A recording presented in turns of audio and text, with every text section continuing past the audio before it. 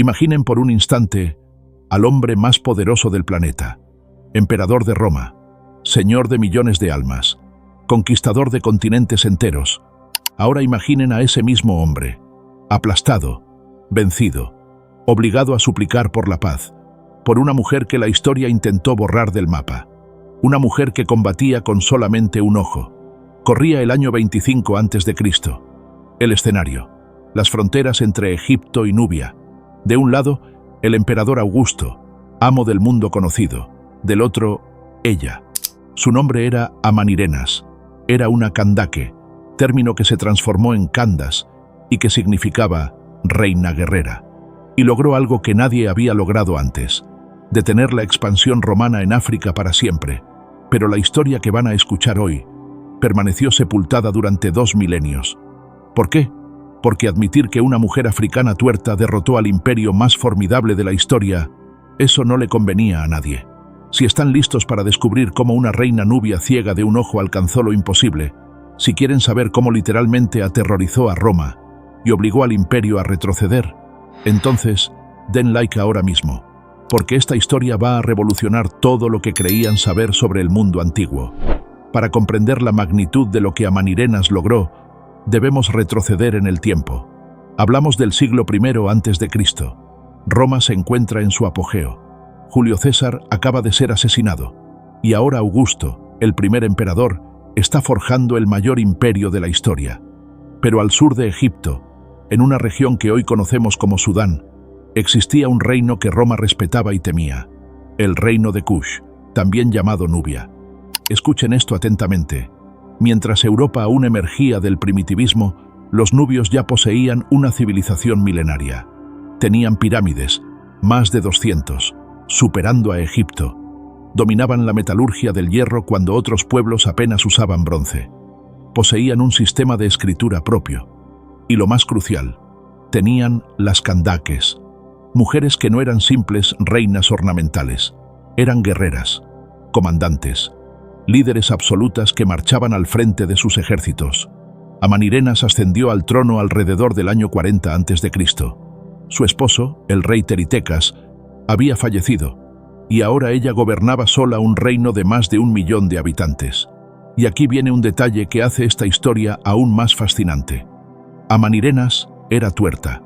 El historiador griego Estrabón la describió como una mujer de carácter viril y ciega de un ojo, una cicatriz de batalla que portaba con orgullo. Pero en el año 30 a.C., todo cambió drásticamente. Octavio, quien pronto sería conocido como Augusto, conquistó Egipto. Cleopatra había muerto. Marco Antonio, derrotado. Y ahora, por primera vez en la historia, Roma hacía frontera directa con Nubia. ¿Y saben cómo operaba Roma, verdad? Conquista, expansión, dominación absoluta. Miraron hacia el sur y pensaron: ¿un reino más que caerá a nuestros pies? ¿Y con una reina tullida al mando? Será pan comido. No tenían ni idea de lo que se avecinaba. Año 25 a.C. Augusto designa a Cayo Petronio como prefecto de Egipto. Petronio era un general experimentado, veterano de múltiples campañas.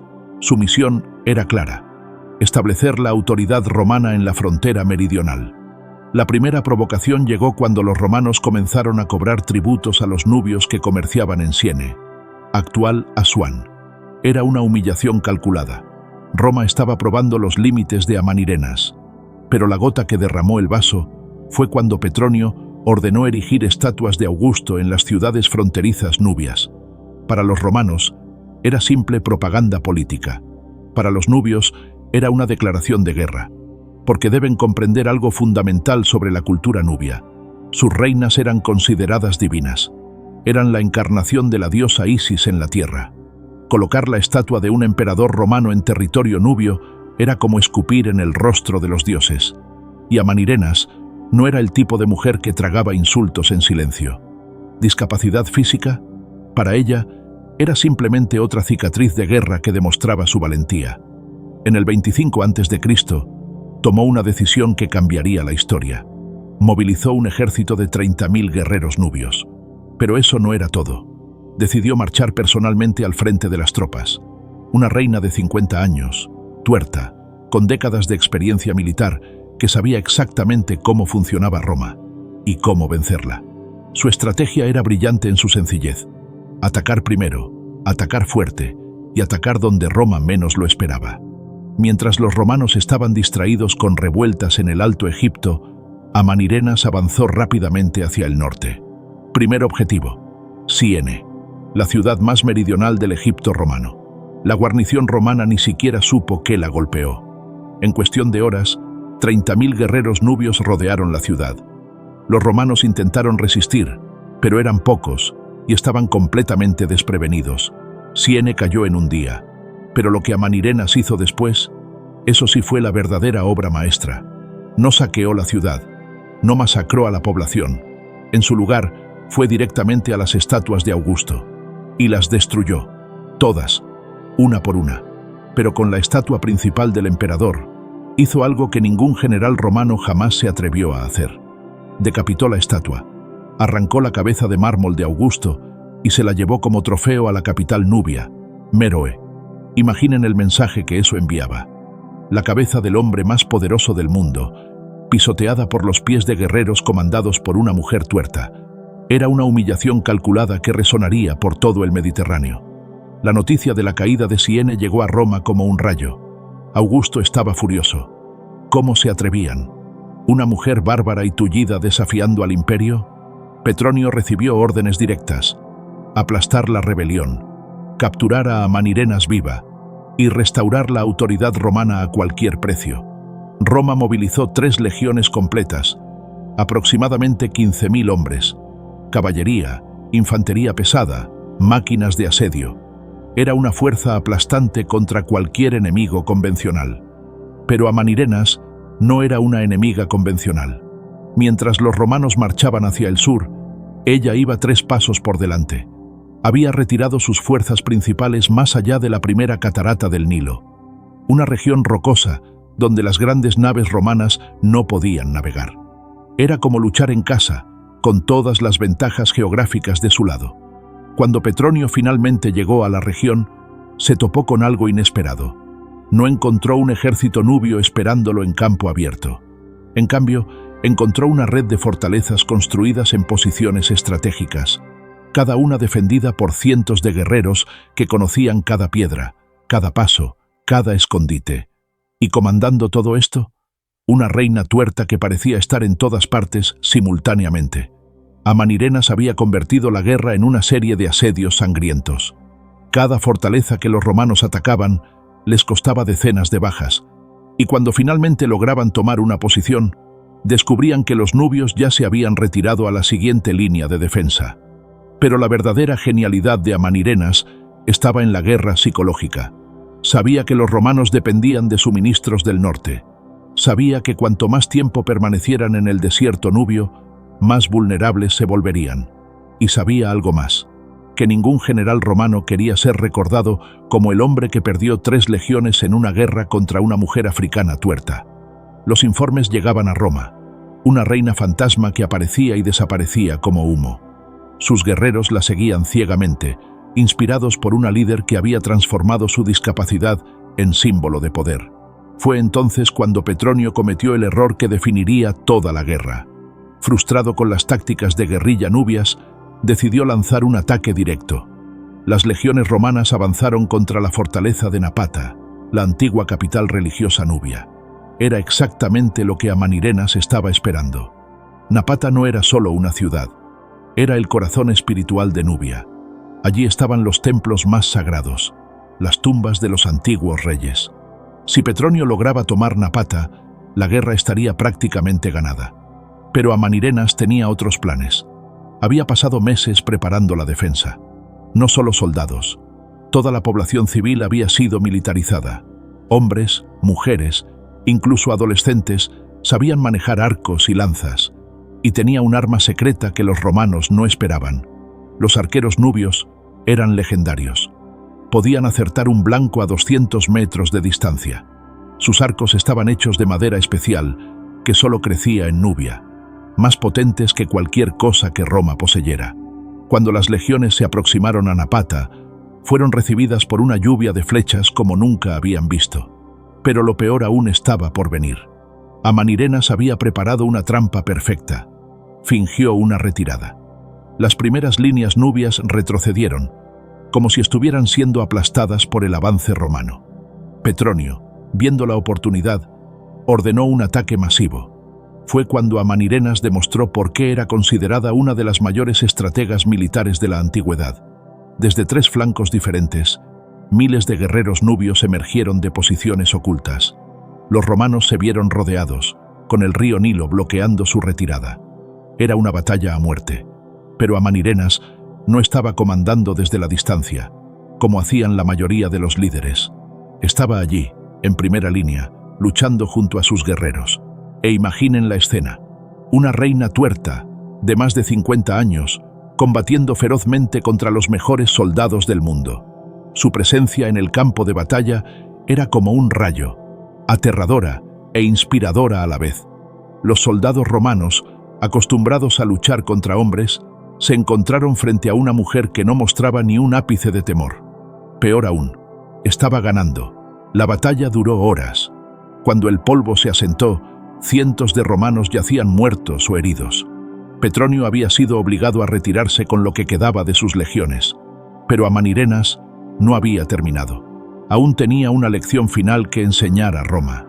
No persiguió a los romanos en fuga. En cambio, hizo algo mucho más inteligente.